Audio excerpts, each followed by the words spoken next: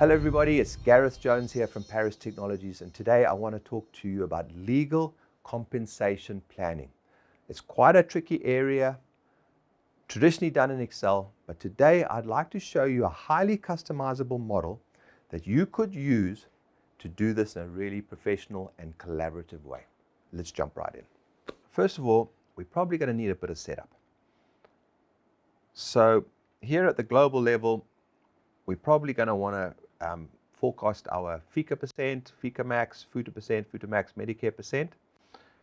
We might want to have a starting salary for any new joiners, so we know they're going to get a pretty average salary.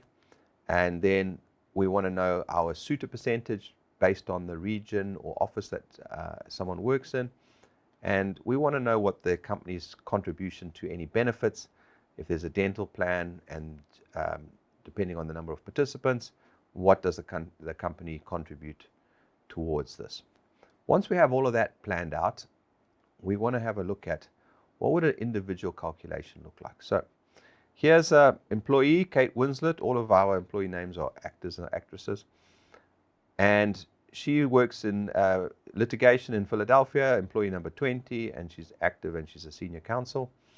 I can pick any employee out of the long list, and I can use the nice auto-complete functionality, and I can just get that employee's details.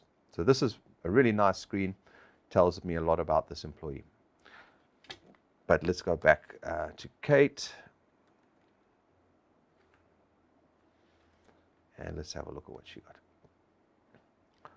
All right, first of all, I can notice that this side is a little gray, and that's because this is actual data. It's going to come out of my ERP system or my payroll or billing system. It's going to give me the actual data that's happened in the past. And then for the future, I'm going to call it forecast. And today we want to focus on what we're going to do for our 2024 plan, which we're then eventually going to freeze as our budget. So as you can see, I have this monthly compensation, and then it builds off of this based on what benefits this employee has and what's happening with their head count and things like that. So what can I change? If we go up to the top here, I can change the head count. I can terminate them, and I can terminate in any month. And it's a very simple piece of data. I need this word term, and I need the date. Any date I like. Very simple and easy for the contributor or user to add data here. I can also do a leave of absence. If someone's going on maternity or paternity leave and I know about it, I can add that in, and I'm going to get that nice gap like that. All right, I can change their benefits. I can change their FTE, so if they are going down to a 0.5, something like that, I could,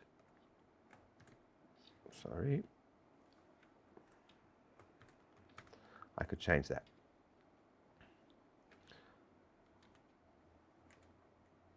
What if I wanted to add some benefits? Join the dental plan and take 4 coverage from January. And we're going to get that dental plan coming in and getting the dental cost added. This is the part that we will be thinking about. So let's say we are going to give Kate a 3% merit increase in January and a market increase amount of 1,200 in December. And how does that all pan out? Well, there you see the merit increase amount comes in here, adds to the monthly compensation there, and if these things haven't yet hit their max, they will be increased. Okay, perfect. Works nicely, and this is a nice template that you can use to keep if you want to really audit somebody closely. But in reality, we want our contributors to use some sort of kind of bulk input schedule. So something like this, and again, these are highly customizable. But here we go.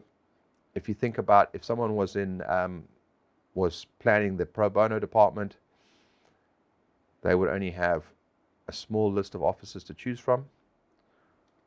And potentially there's not too many people in those offices. In this particular one, only Lucy Lou. But if you are planning the litigation department, maybe a long list of officers that you could choose from, and a lot of employees. Once you have your list, and it's very easy obviously to use the selection for 2024 forecast, all we need to do is flow down the list. So here's Kate Winslet. We can terminate in November. Run down your list of people that you know, and if there's anybody that you know is leaving, you can just fill that in.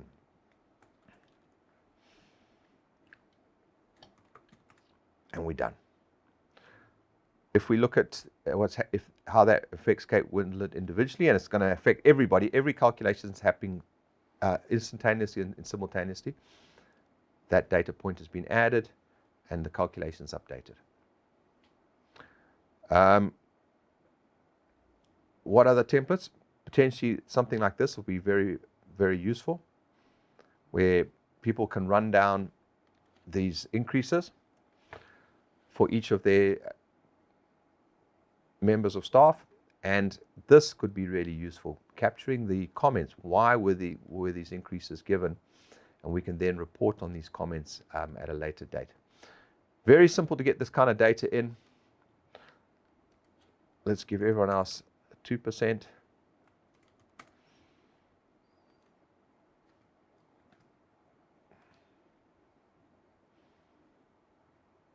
So for the user, it's simple Excel functionality.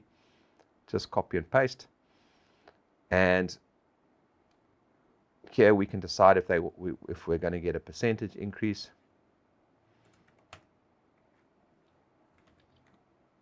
or a value increase.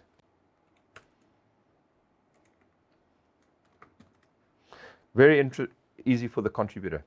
And each individual contributor will have their own template, and they can choose their own department and office and populate this. And as you can see, this will be fairly easy to populate and quite quick. At the end of it all, we can have multiple different reports. Before I get to reports, let's just remember that we may have new hires. So very simple, a nice list depending on the department and where you are. I've got a G. Jones starting. Maybe I've also got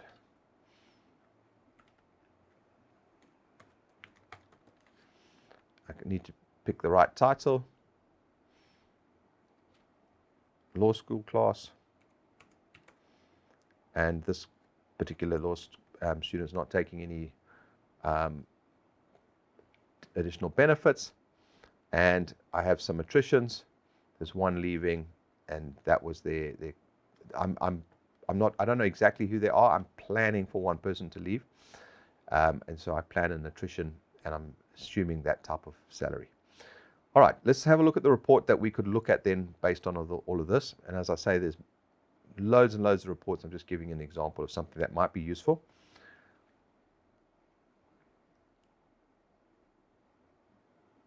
So here in litigation, Philadelphia, I've got 43 existing employees, and then I have some terminations in December. I have 2 new hires.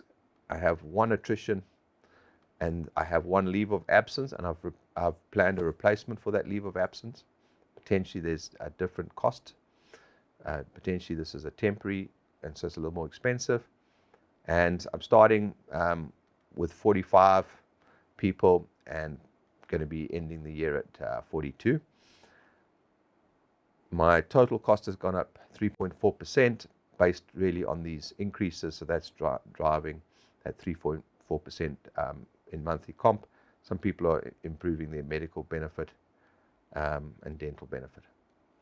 And that's it. Lots and lots of control, lots of information, and very easy to use. Thank you.